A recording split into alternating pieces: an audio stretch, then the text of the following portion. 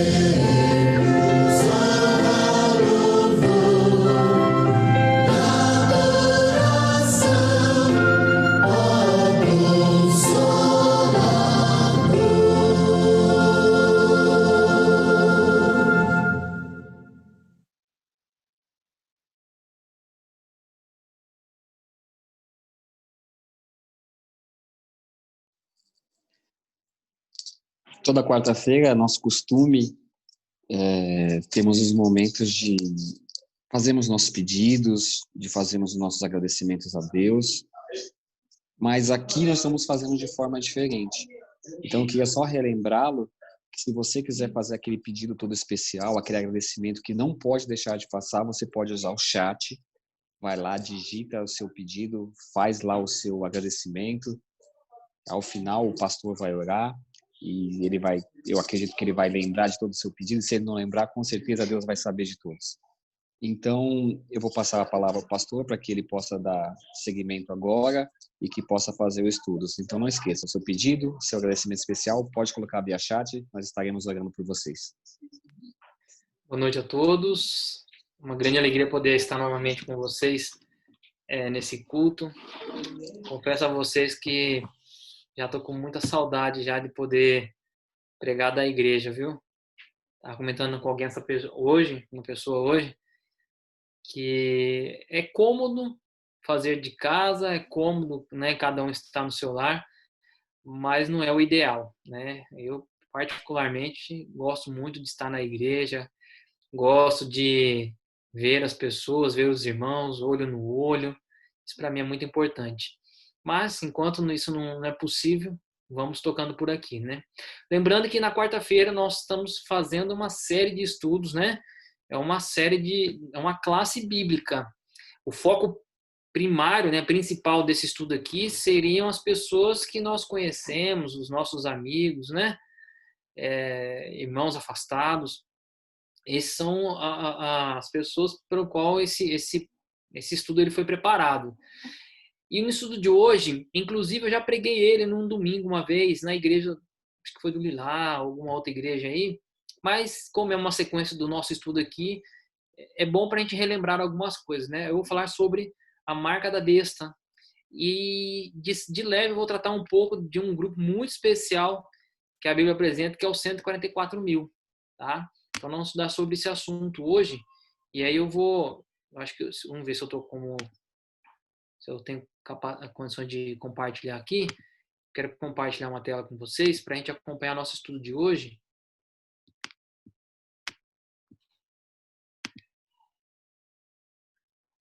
Bom, tá aí.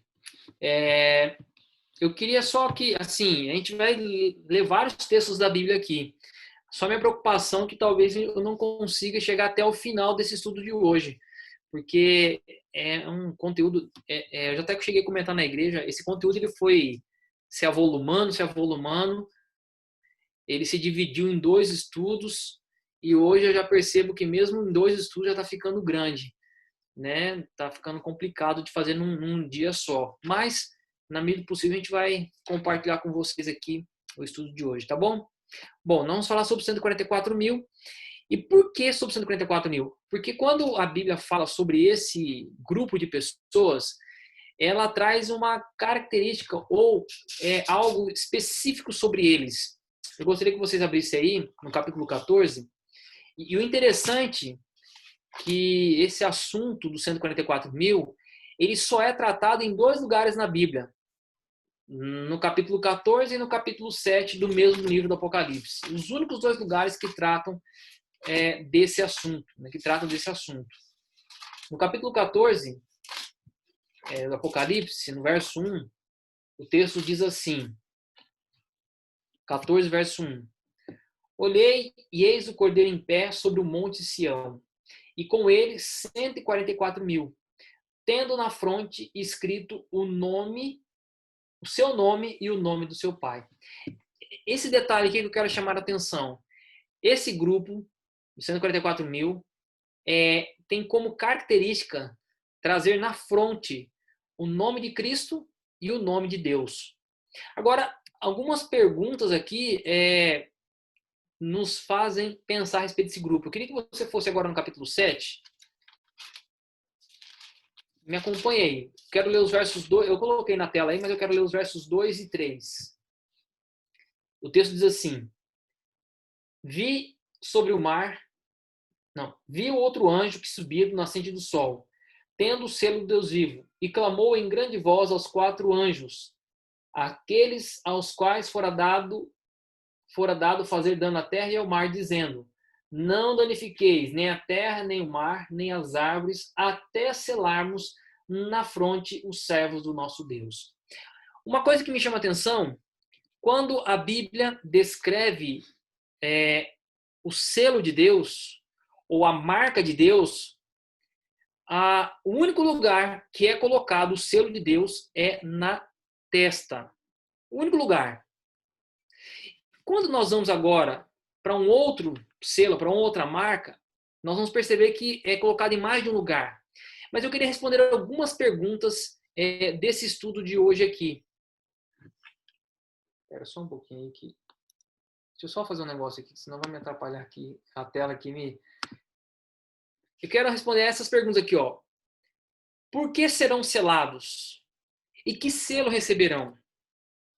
Então hoje nós vamos fazer uma diferença entre a marca da besta e o selo de Deus, né? Quem é que recebe um e quem é que recebe o outro? E aí, no capítulo 13 do Apocalipse, eu queria que você fosse lá. Apocalipse, capítulo 13, você conhece esse texto. O texto diz assim nos versos 15,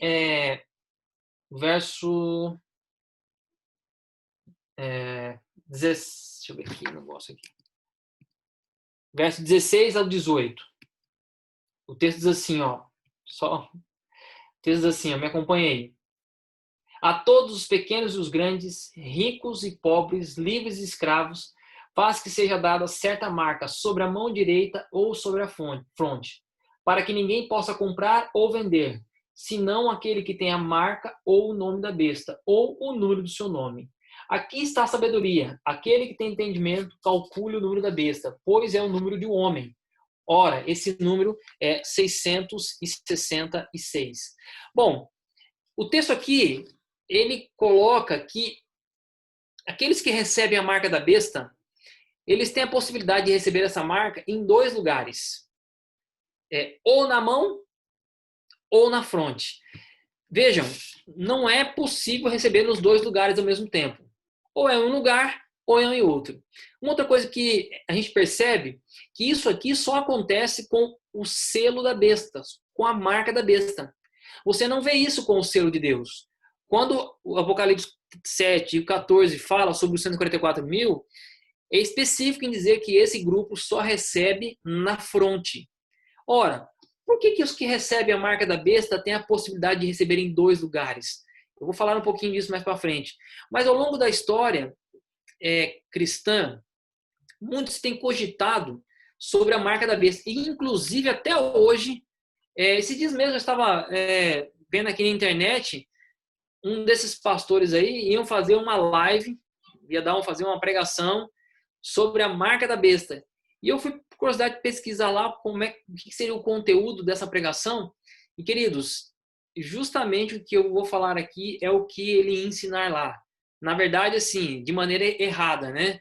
Dizendo que a marca da besta é realmente um chip que será instalado nas pessoas. Então, ao longo da história, várias foram as teorias sobre a marca da besta, e inclusive o tal do chip.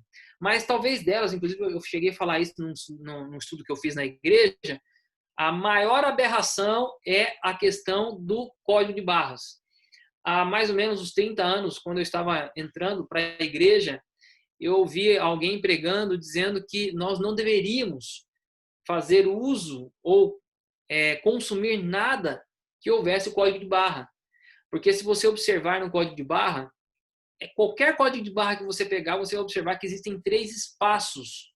E eles diziam que esses espaços, subliminarmente, era o 666.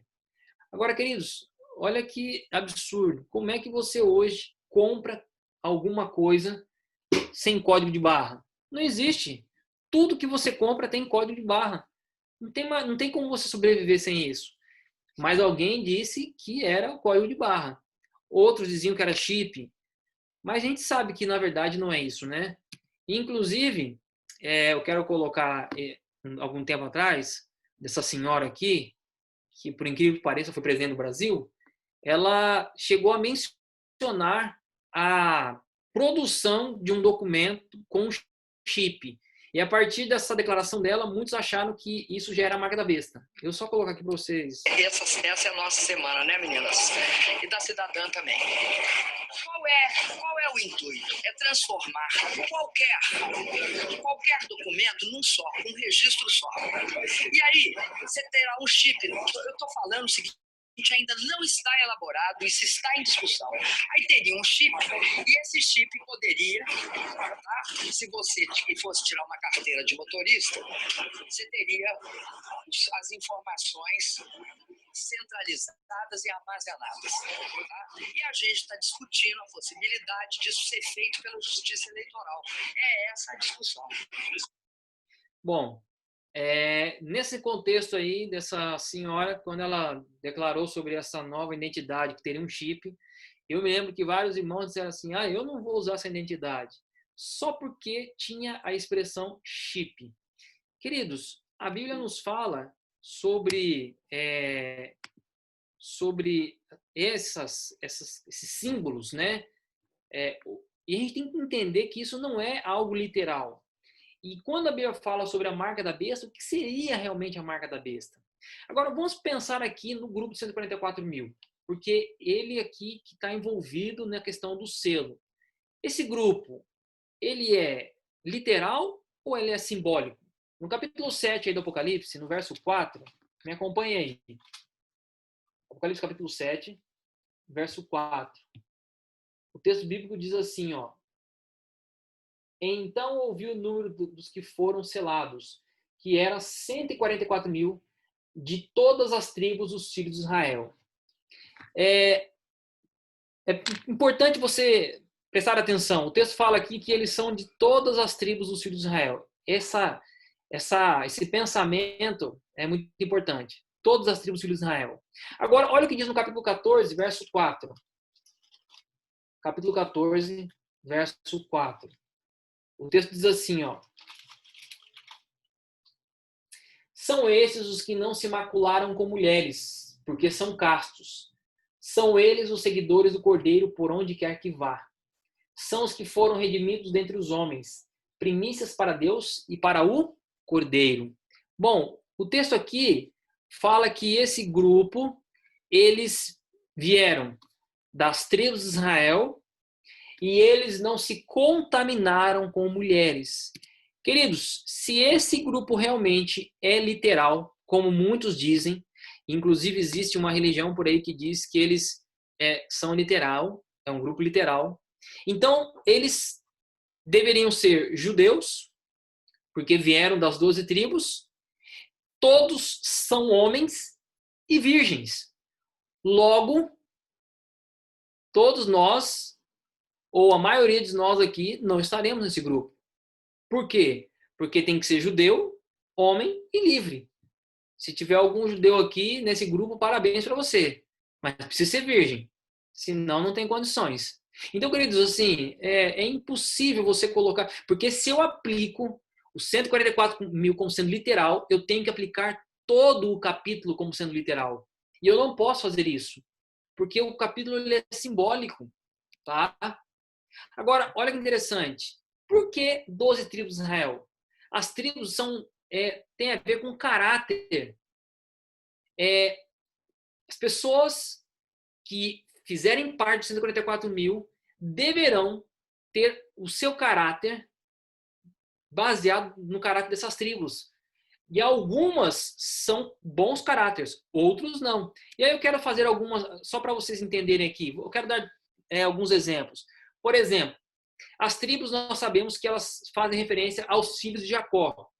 Quando Jacó foi para dividir a propriedade entre os filhos, ele começou a dar bênçãos e maldições para os filhos. Eu queria que vocês me acompanhassem no capítulo 49, quando fala no verso 14 de Issacar. Olha só o que fala em Gênesis 49, verso 14. Gênesis 49, verso 14. E o texto diz assim: Issacar é jumento de fortes ossos, de repouso entre os rebanhos de ovelha. Gênesis aqui, quando fala de Issacar, ele fala de que ele era um animal que carregava as cargas, né? Isso aqui são apresentados como aquelas pessoas que se dispõem a levar a carga do seu irmão, que se dispõem a ajudar as pessoas que estão passando por dificuldade. Nós temos pessoas assim, que estão sempre dispostas a carregar as cargas uns dos outros, né? Olha que interessante agora, quando fala de Naftali, no verso 21, 49, 21. Naftali é uma gazela solta. Ele profere palavras formosas. Ou seja, Naftali aqui é aquele tipo de pessoa que tem um espírito tranquilo, que sempre tem uma palavra de ânimo, de conforto para trazer para as pessoas. Essas são características dos 144 mil, das pessoas que estarão no céu. Por isso que quando Apocalipse fala sobre os 144 mil, ele traz essa imagem das 12 tribos. Por quê? São relação do caráter das pessoas. Agora, interessante que das 12 tribos existem duas que são omitidas, Efraim e Dan. Olha só o que diz em Gênesis 49, 17. Diz assim, ó, Gênesis 49, 17. Dan será serpente junto ao caminho, uma víbora junto à vereda, que morde os talões do cavalo e faz cair o seu cavaleiro por detrás. Se você for lá em Apocalipse capítulo 7, quando lá fala da relação das tribos, Dan não está lá. E por quê? Porque fala que Dan é uma serpente junto ao caminho. E também, quando você lê em Apocalipse, lá fala que você não vê Efraim também. Porque o texto fala que Efraim está entregue o quê? Aos ídolos. Essas duas tribos, elas eram líderes da idolatria e da rebelião, traição. Então, quem é idólatra e quem engana, mente, não pode fazer parte dos 144 mil, né? Então, dois grupos que não estarão no céu, os idólatras e os traiçoeiros, aqueles que são enganadores, são mentirosos, né? E aí eu fiz uma relação, se você pesquisar na Bíblia, você vai ver que as 12 tribos de Israel, elas se repetem em alguns lugares na Bíblia. E eu separei pelo menos 3 aqui para você entender. Gênesis 49 é o texto que nós acabamos de ler. Ele fala da divisão de terra, tá? Que Deus deu para os filhos de Israel. E você percebe que Deus fez isso aqui dando para os filhos de Levi, para os filhos de Jacó. Agora, olha que interessante. Nessa segunda lista, na primeira era a bênção de Jacó para os filhos. Jacó ali estava abençoando e amaldiçoando os filhos. Olha, você vai ser assim, você vai ser desse jeito. Já no livro de Ezequiel, no capítulo 48, aqui nós temos a divisão das terras entre as tribos. Quando o povo de Israel, então, toma Canaã, né? Quando eles chegam em Canaã. Nesse texto, você tem uma diferença aqui. Eu não sei se você observou, mas nesse texto você não tem nem José e nem Levi. Olharam aí? Observem aí. Você não tem nem José e nem Levi. Mas no lugar de José e de Levi, você tem os dois filhos de José, Manassés e Efraim. Por quê? Primeiro, José não está nessa aqui porque os filhos dele estão representando ele. E você não tem Levi, porque, de acordo com Josué, capítulo 13, a Bíblia fala que o Senhor era a porção dos levitas. Os levitas não teriam terra. O trabalho deles seria para o Senhor. E aí, quando você vai para a última relação desses nomes, você tem uma outra lista de novo. Se você observar aí, você tem José novamente nessa lista, você tem Levi novamente nessa lista, e você tem Manassés.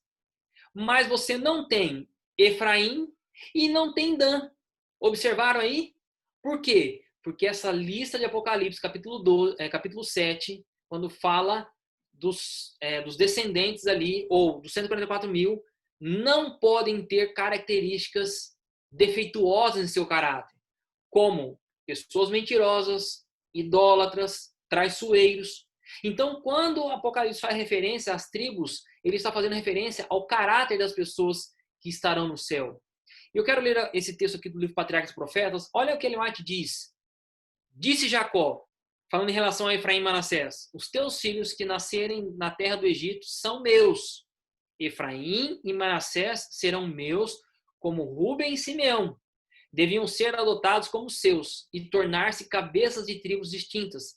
Assim, um dos privilégios da primogenitura que Rúben havia perdido recairia em José, uma dupla porção em Israel. Por isso que você tem os filhos de José recebendo a porção da terra. Tá? Agora, olha que interessante. O texto fala de 144 mil. É um grupo literal?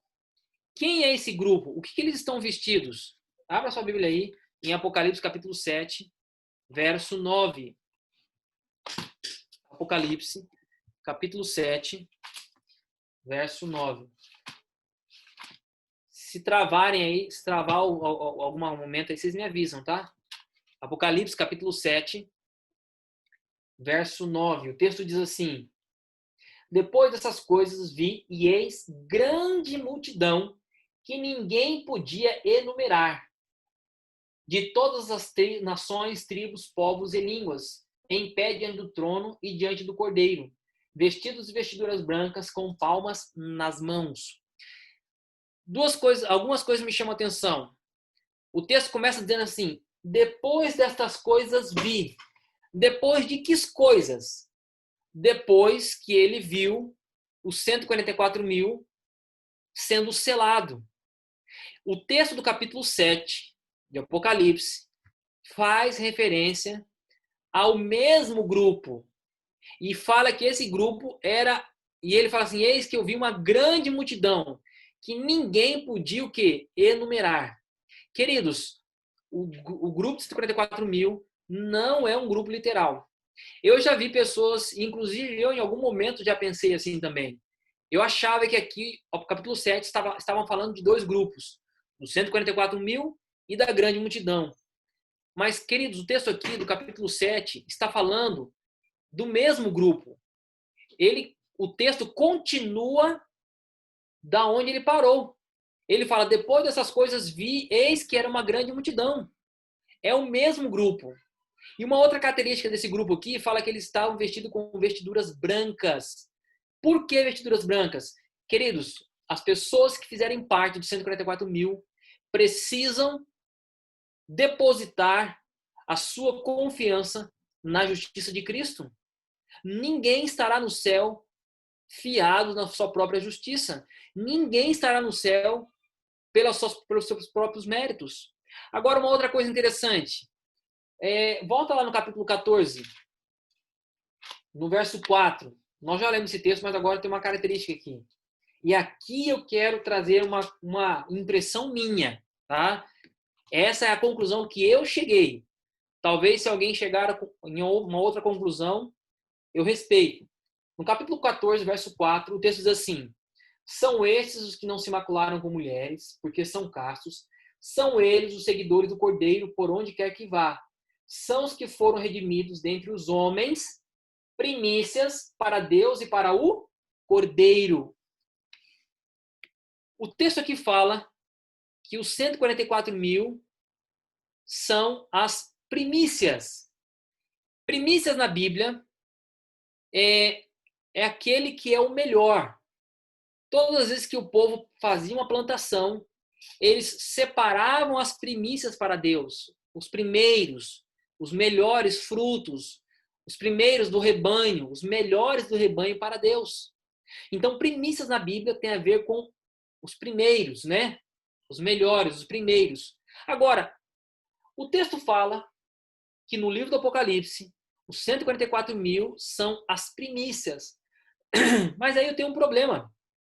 Porque em 1 Coríntios, Paulo fala também de uma primícia. E eu queria que você abrisse comigo em 1 Coríntios, capítulo 15.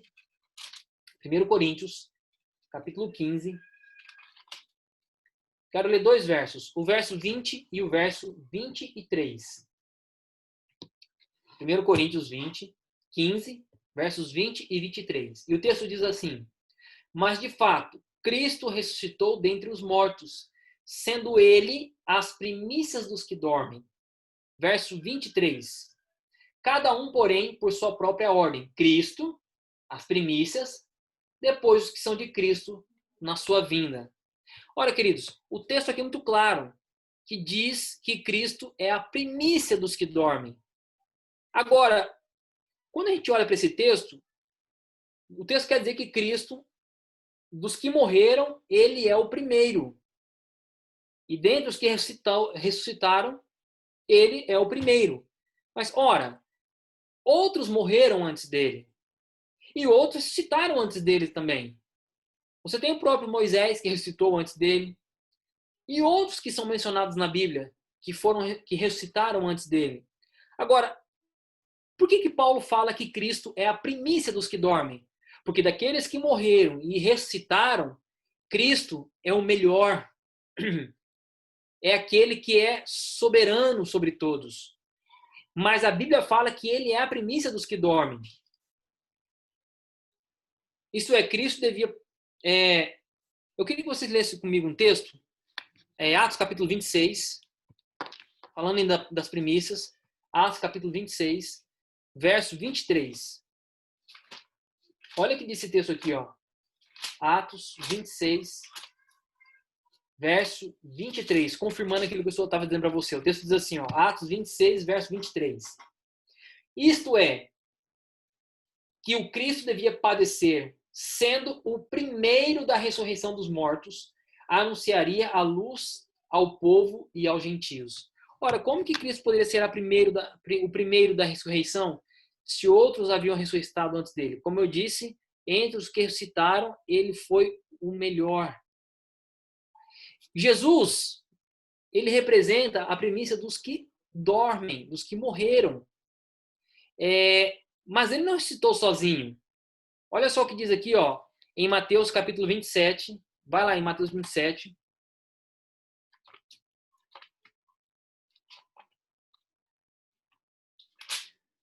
Versos 50 a 53. Mateus 27, versos 50 a 53. Olha o que a Bíblia diz. E Jesus, clamando outra vez, com grande voz, entregou o Espírito.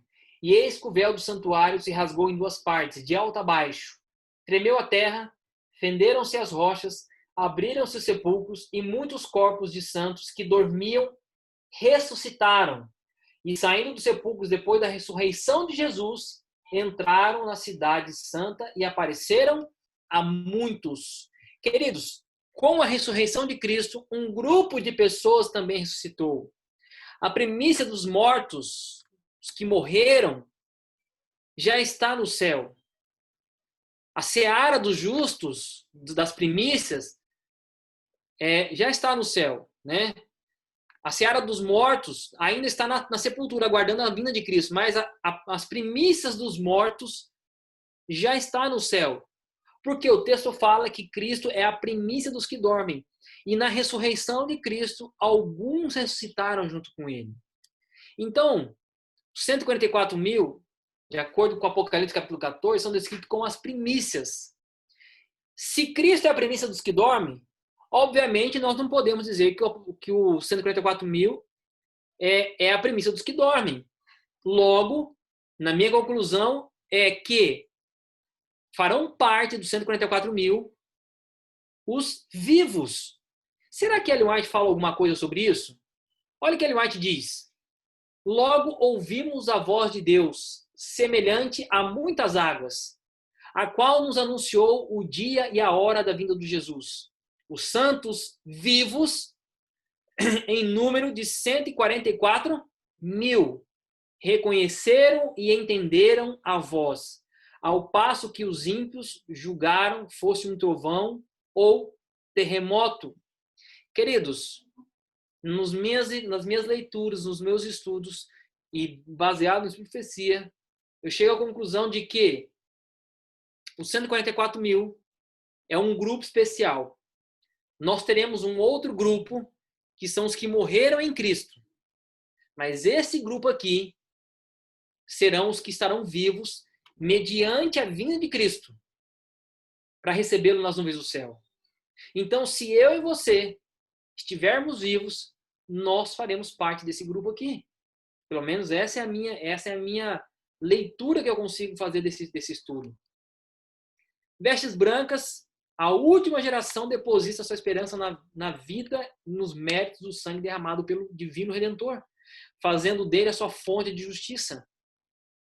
O texto também fala que esse grupo nunca mais terão fome e nunca mais terão sede, de acordo com o Apocalipse 7:16. Por quê? Porque no momento em que as pragas começarem aqui nessa terra, haverá uma escassez de alimento. Nós não passaremos fome, mas nós passaremos privações. E ele promete que depois desses momentos, isso nunca mais acontecerá novamente. Eu estou passando meio rápido aqui, porque senão o tempo vai demorar muito. Olha o que diz aqui o grande conflito na página 648 e 649. Passaram pelo tempo de angústia, tal como nunca houve desde que houve nação. Isso aqui ele está falando dos 144 mil, queridos.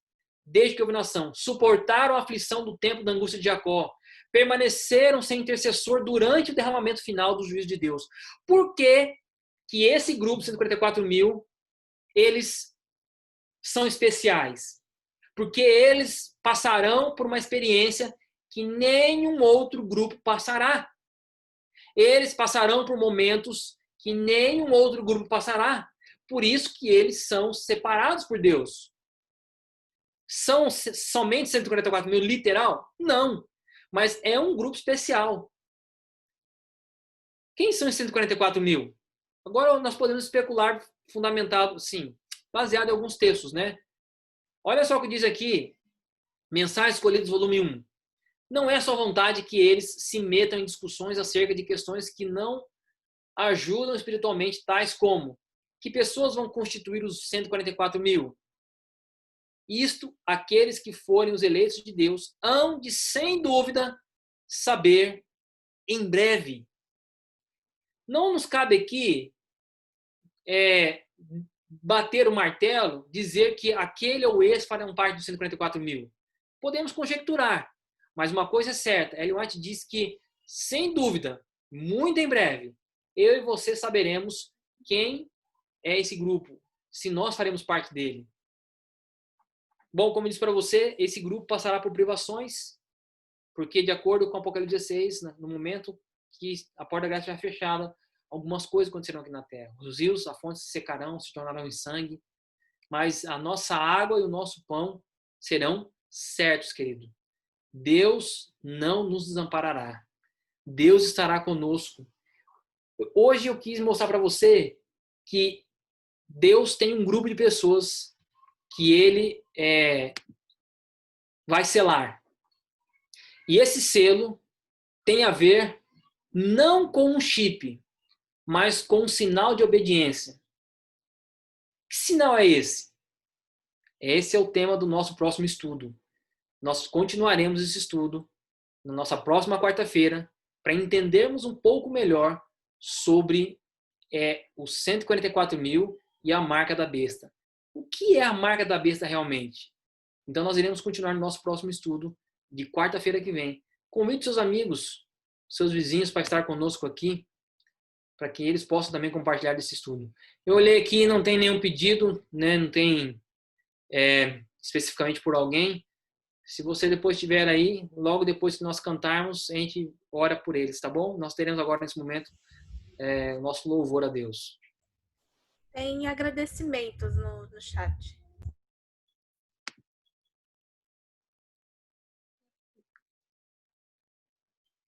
Eu não vi, não. Bom, depois a gente...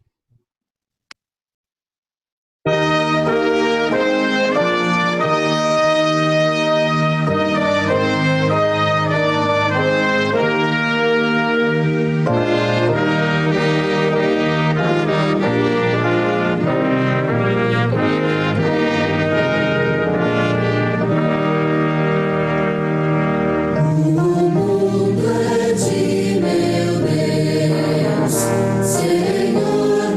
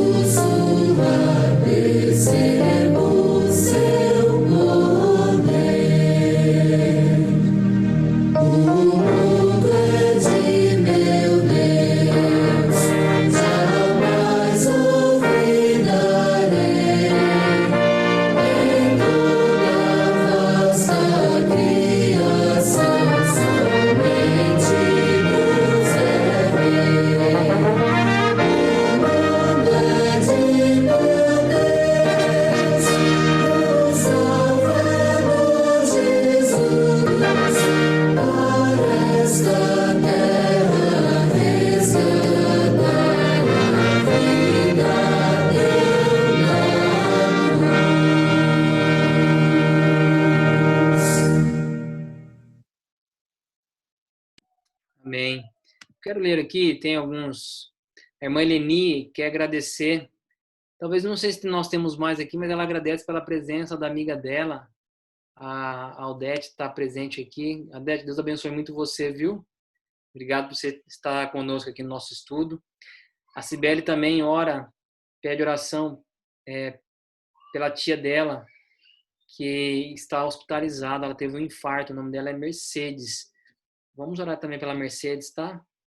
O William também pede pela família dele, pela vida. Ele está completando aqui nessa sexta-feira mais um ano de vida. Amém, William, que Deus te abençoe, viu? E a Josiane, ela agradece por mais um dia de vida e pela família. Também a Cibele agradece a Deus pela sobrinha dela, Vanessa, que faz aniversário hoje. Que Deus abençoe a todos vocês e nós estaremos orando aqui pela Mercedes também. Tá bom? Pastor, tem também o agradecimento da Carmen. Ela quer agradecer pela intercessão que já fizemos pela saúde da Zenaide, que ela se encontra bem. Então, ela agradece muito pelas orações em favor da Zenaide. E no Facebook, nós temos algumas pessoas que nos acompanham, que também estão pedindo oração, tá? A Eunice de Jesus Fonseca pede oração por toda a família. A Maria Silene também pede oração pela família, pelos vizinhos, algumas pessoas aqui que nos acompanham pelo Facebook. Amém. Deixa eu orar por todas essas pessoas. Não vou conseguir lembrar o nome de todos, mas eu vou fazer menção a Deus para que possa abençoar essas pessoas. Vamos orar?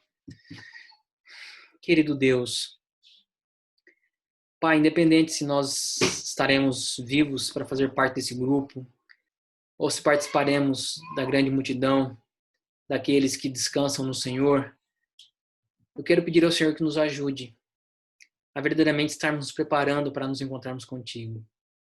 Precisamos tanto, Pai, de mudanças em nossa vida, precisamos tanto do Senhor, por isso eu peço que o Senhor nos ajude, nos abençoe, para que possamos estar vivendo à altura desse cristianismo. Querido Deus, que a cada dia o estudo da Tua Palavra possa preencher o nosso coração. Eu oro também, Pai, por cada pessoa que foi mencionada aqui. Várias pessoas estão doentes, precisando do Teu auxílio, da Tua bênção, do Teu cuidado. Algumas estão, pela Tua graça, se recuperando. Pai, que o Senhor possa continuar abençoando cada uma dessas pessoas. Que o Senhor possa abençoar o William, que daqui a pouco estará fazendo aniversário. Que ele possa ser abençoado pelo Senhor também. Abençoe a todos aqueles que têm participado conosco aqui, os nossos amigos, que eles sintam a cada quarta-feira, a cada culto, o desejo de estarem aprendendo mais sobre Ti também. Eu peço todas essas bênçãos, na certeza que o Senhor tem nos ouvido, em nome do nosso Salvador Jesus. Amém, Senhor. Queridos, muito bom estudar com vocês a Bíblia. Quarta-feira tem mais nosso estudo. E só queria dar um recado aqui, lembrando os nossos líderes da igreja, que amanhã nós temos uma reunião marcada às 8 horas aqui no Zoom, tá bom? Eu vou mandar lá no grupo, mas às 8 horas nós temos uma reunião, tá? E no sábado de manhã nós temos o nosso culto especial. Esse final de semana será conduzido pela igreja do Comercial. Então convido você a estar conosco também, tá bom? Que Deus abençoe a todos, que tenham um restante de noite abençoado e um restante de semana também.